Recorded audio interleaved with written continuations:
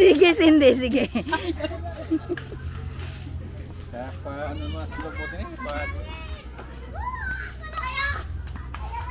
Nanay po nga ng kuryoso.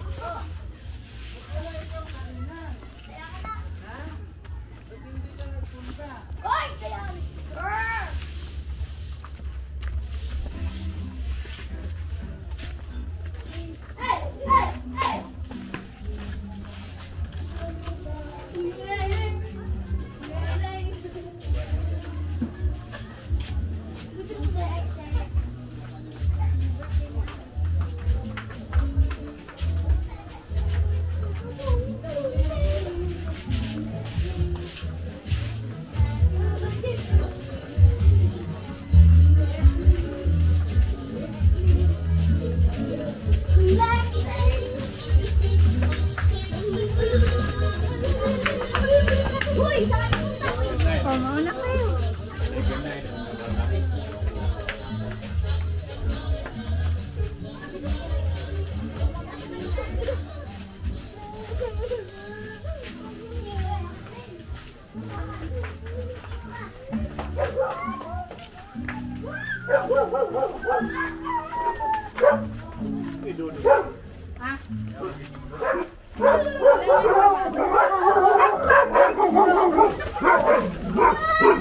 Ay, ginoo ko.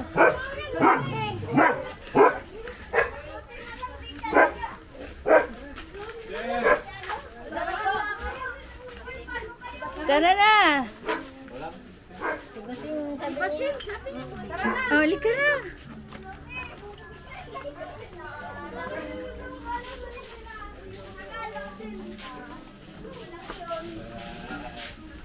Tara. Sama ka doon. Bible study doon. Bible study. Halika.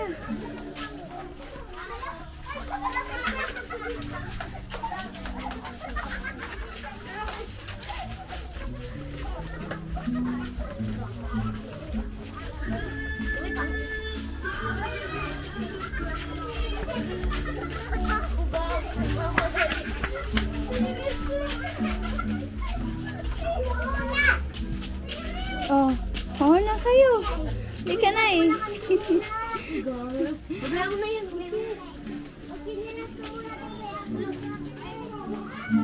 Tara, Bible study tayo. Nay Basing? Hello po, Bible study po tayo. Wag na, dito ti. Magchinilas ka muna nga. Wala chinilas eh. Oo. Oh, si baby, oh, ganda ng damit.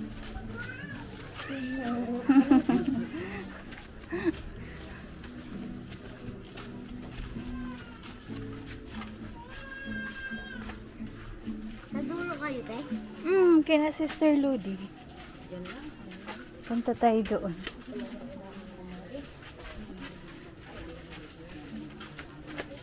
Hello, bye-bye ka. Hello.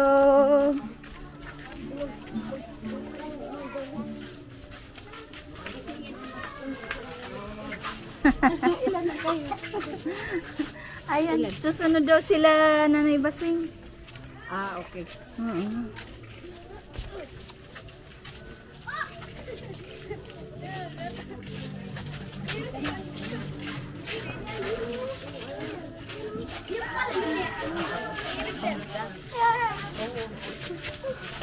Ba't umakyat ka dyan? Ba't umakyat ka dyan? Tarasan eh. May bunga? Wala mang bunga. Ah! Sakit! Ah, sakit!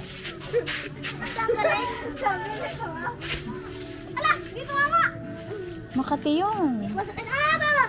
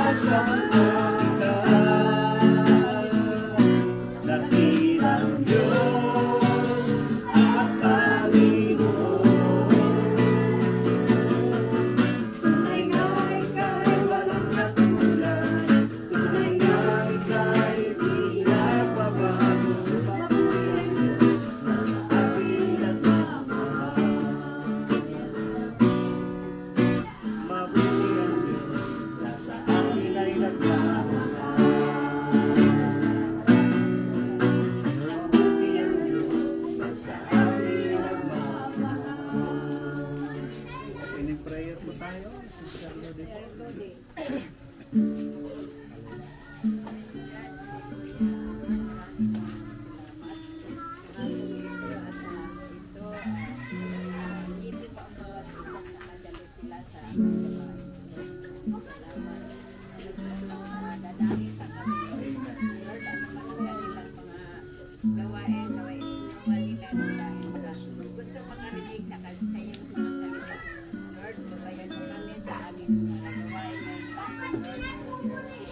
Bawat isa, Lord, ano bang marinig nila sa iyong mga salita. Salamat. Amen. Amen.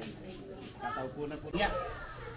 Meron na siyang spiritual na buhay. Ang spiritual na buhay na ito, ang nagiging dahilan kaya siya ay nagugutom at nauuhaw sa mga bagay na spiritual. Amen? Meron na siyang spiritual na pangunawa. Kasi kapag ka ang tao ay tumanggap kay Kristo, sumampalataya kay Kristo, pinananahanan siya ni Kristo. Tingnan natin mga kapatid sa Roma 8. Roma 8, ang talata ay 9. Ngunit hindi na kayo namumuhay ayon sa laman, kundi ayon sa Espiritu. Kung talagang nananahan sa inyo ang Espiritu ng Diyos. Kung ang Espiritu ni Kristo ay wala sa isang tao, hindi siya kay Kristo. Amen? Dapat pala, magkaroon tayo ng Espiritu ni Kristo. At kailan tayo nagkakaroon? Kapag tayo ay sumampalataya sa Kanya.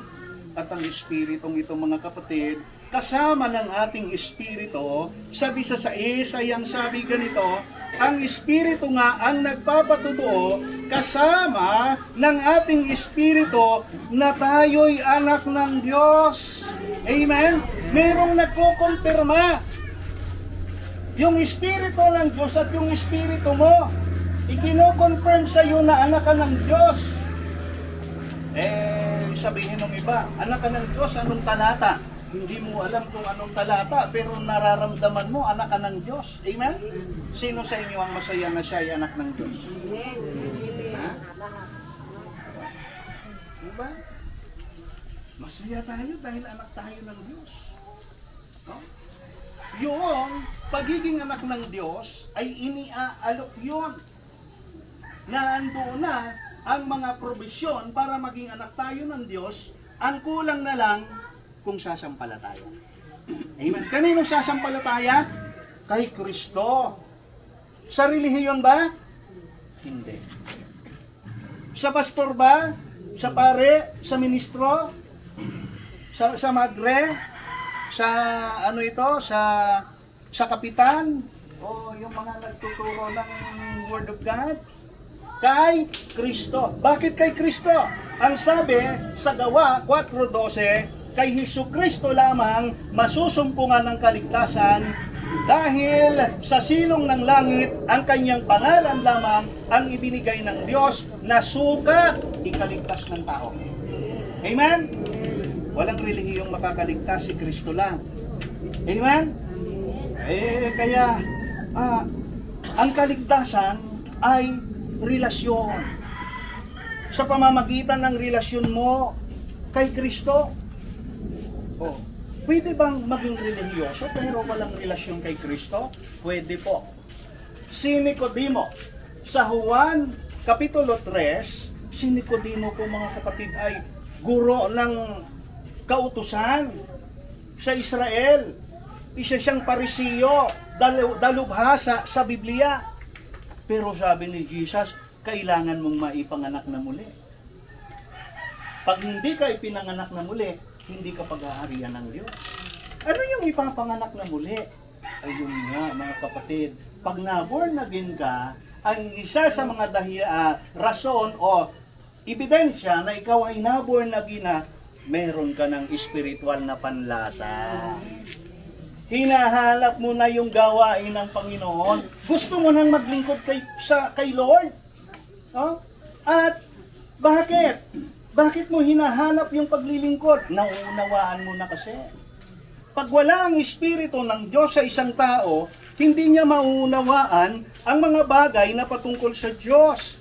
1 Corinthians chapter 2, verse 13. Sa mga nagtataglay ng Espiritu, ang ipinaliliwanag namin mga katotohanan ng espiritual, mga pananalitang turo ng Espiritu at hindi ayon sa karunungan ng tao ang ginagamit namin. Yung mga kinaroroonan pala ng Diyos, mahalaga sa kanila yung Biblia, yung Word of God. Bakit? Para sa kanila kasi ito ay katotohanan espiritual. Amen? Ibig sabihin, pagkaing espiritual. Ang sabi, sapagkat ang taong di nagtataglay ng Espiritu ay ayaw tumanggap sa mga kaloob mula sa Espiritu ng Diyos. Para sa kanila, kahangalan ang mga iyon at di nila maunawaan sapagkat ang mga bagay na espiritual ay maunawaan lamang sa paraang espiritual.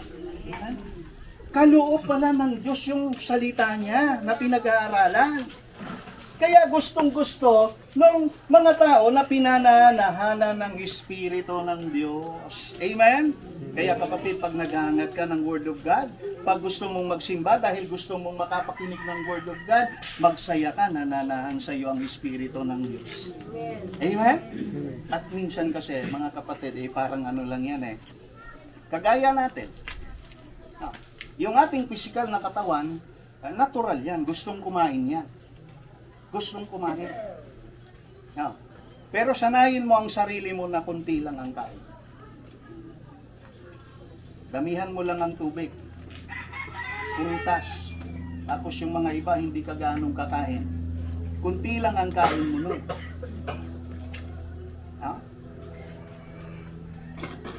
Papayat ka naman, sexy. Pero sigurado ako, medyo manghihina ka. Amen? Manghihina ka. Kung wala kang ganang kumain na, ay nako, delikado yun. Diyan na papasok ang maraming sakit. Pag wala ka ng ganang kumain. Bakit ka na walang ganang kumain? Ikaw ang nagdesisyon sa sarili mo. Ayaw kong kumain. O kaya ano ito? Dahil nga sa ayaw mong tumaba, pero ayun naman, nagkaroon naman ng diferensya ang iyong katawan dahil nasobrahan. Well, alam mo mga kapatid, pagka nasanay kang kaunti lang ang kain, ay papayat ka nga, wala kang ganang kumain, at uulitin ko, maaaring maging mahina ang iyong katawan, maging mahina ang iyong resistensya. At ang sakit ay papasok na sa iyo. Ngayon, mga kapatid, ganun din sa salita ng Diyos, na yung ating kalikasan ay naririyan. Gustong kumain yan. Pero, nasa sa atin, kung sasanayin natin ang ating sarili. Amen po ba? Na regular na kumain. O kagaya ng bata. Ayaw kumain. Ang gusto lang maglaro. Di ba pinipilit natin? Di po ba? Ganon din sa Word of God. Kaya nga tayo'y inuutusan na manabik. Kasi kahit nariyan, likas sa atin ang maghanap ng pagkaing espiritual, kailangan nating desisyonan minsan na kumain. Lalo na mga kapatid, kung yung mga pagkain na masustansya, hindi natin gusto. Amen? Di ba yung mga bata ayaw ng ampalaya? Ayaw ng mga bata ng gulay. Kahit masustansya yung gulay. Amen? Bakit? Di nila gusto yung lasa. Pero masustansya yun. Amen? Ang gusto nila, yung mga candy. Bigyan mong chichirya, ubos agad. Bigyan mong soft drinks, ubos agad. Gusto nila yun. Ay pag mananampalataya, yung salita ng Diyos na pampalakas, minsan ay ayaw natin. Amen? Ayaw natin ng lasa. Bakit? Ay, turuan ka ba namang ibigin ng kaaway? Maglingkod sa Panginoon. Paano ako maglilingkod sa Panginoon? Marami akong trabaho. Yun ang pampalakas eh. Amen? Paano malalaman na malakas kang mananampalataya? Pag nasusunod mo ang mga salita ng Diyos. Amen po ba? Paano ka lalakas? Kumain ka kasi. Amen po ba? Kaya lang, kagaya ng pagkain pisikal, aba mga kapatid, sa unang tingin ay hindi masarap. Amen po ba? Ampalaya, kalabasa, okra, ano pa, yung saluyot. Marami kang makukuhang sustansya dyan. Oh. Ano pang pagkain masarap ang, hindi ganong masarap pero maraming sustansya. Huh?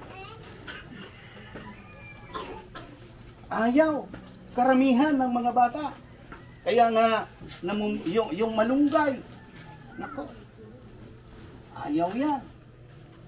Kaya, kung magpapa-feeding ka sa mga bata, tapos punta kayo, may feeding program tayo. Anong kakain natin? Gulay.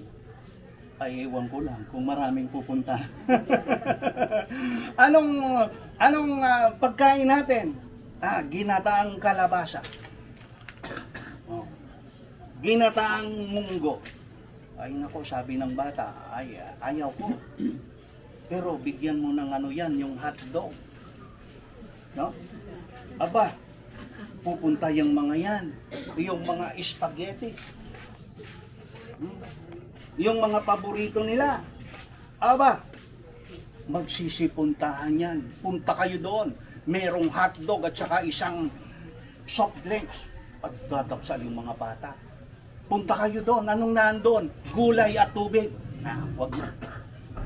Amen? Kapatid, ang Word of God, pagkain espiritual, tinuturuan tayo, tinutuwid tayo. Amen? Pag ikaw ay may espiritu ng Diyos, gustong-gusto mo yon. Kasi ang gusto mo, maging gaya ni Kristo. Ay pinili ka para maging gaya ni Kristo sa prinsipyo, paninindigan, sa katuwiran. Amen? Mga kapatid, parang mahaba na ako Pero, Romans chapter 8, verse 29, sapagkat sa mulat-mula pa ay alam na ng Diyos kung sino ang sa Kanya, ang mga ito'y itinalaga niyang maging tulad ng Kanyang anak. Itinalaga daw tayong maging tulad ng Kanyang anak. Paano tayo magiging katulad ng Kanyang anak? Si Kristo kasi, iniibig niya lahat. Amen? Pati na yung mga nagsampal-sampal sa Kanya, yung mga naglibak-libak sa Kanya, inibig niya lahat. Tayo, umiibig din tayo, pero hindi pa ganon kagaya kay Kristo. Ano? Sino po sa inyo ang kagaya na ni Kristo pag umibig? Medyo kaunti-unti nagiging ganon-ganon na tayo. Amen? Nagiging ganon na tayo. Sabi ni Kristo kasi, yung, di ba, yung may self-control, pagpipigil sa sarili. Tinuturuan ka. Sabi kasi sa Galatia, sa Bible study natin, naalala ko, nasabi ko, basahin ko lang sa Galatia, anong oras na ba? May relo ka? Quarter to 4. Mga alas 5. Okay na tayo. Chapter 5 verse 22, subalit ang bunga ng Espiritu ay pag-ibig, kagalakan, kapayapaan, katiyagaan, kabaitan, kabutihan, katapatan, kahinahunan at pagpipigil sa sarili. Yun ang bunga ng Espiritu. Pagpipigil sa sarili. Ngayon naman, nagpipigil tayo sa sarili kahit nung hindi pa tayo mananampalataya. Sabihin natin, isa pa. At least may isa pa. No? Hindi ka agad umano. Pero ngayong ginagaya na natin si Kristo, baka 2, 3, 4, pwede pa. Amen? Makakatiis pa tayo. Amen? O kayo makakapagpatawad. No? At, ang turo ni Kristo na ibigin ang lahat, magagawa natin pa unti-unti. hindi lang yung mabait sa atin, kundi pati yung medyo masungit sa atin. Amen? Yun ang turo ni Jesus. Oh? Kaya nga, isang talata na lang mga kapatid. 2 Timothy chapter 3 verse 16, lahat ng kasulat ay kinasihan ng Diyos at magagamit sa pagtuturo ng katotohanan, sa pagpapabulaan sa maling aral, sa pagtutuwid sa likong gawain, at sa pag-akay sa matuwid na pamumuhay. Bakit daw may salita ng Diyos? Para tayo ay may magamit sa pagtuturo ng katotohanan, sa pagpapabulaan sa maling aral, sa pagtutuwid sa likong gawain, at sa pag-akay sa matuwid na pamumuhay. Ito ang salita ng Panginoon. At gusto ito ng mga pinananahanan ng Espiritu. Gusto mo ito. Kaya lang, minsan, lalabanan natin yung ating laman. Amen po ba? Tandaan mo, meron kang espiritual na buhay at likas sa Kanya ang nagugutom. Kaya wag nating ugaliin na laging mag-spiritual diet. Amen? Spiritual fasting. No? Na fasting ka sa Word of God. Isang linggo, isang buwan, wala kang Word of God. Mahabang fasting yon. Nanghihina ang iyong kaluluwa noon. Ugaling kumain ng Word of God. Masarap ito pagka nakasanayan. Amen po ba? Hallelujah, hallelujah. At ugaling magpuri sa Panginoon. Sanayin natin ang ating sarili sa pagpupuri sa Panginoon. Mga kapatid, inialay ng Diyos ang kanyang buhay para sa atin ni Kristo. Kaya patuloy nating ialay ang ating buhay sa Kanya. Ang sabi ni Apostol Pablo, Roma 12:1,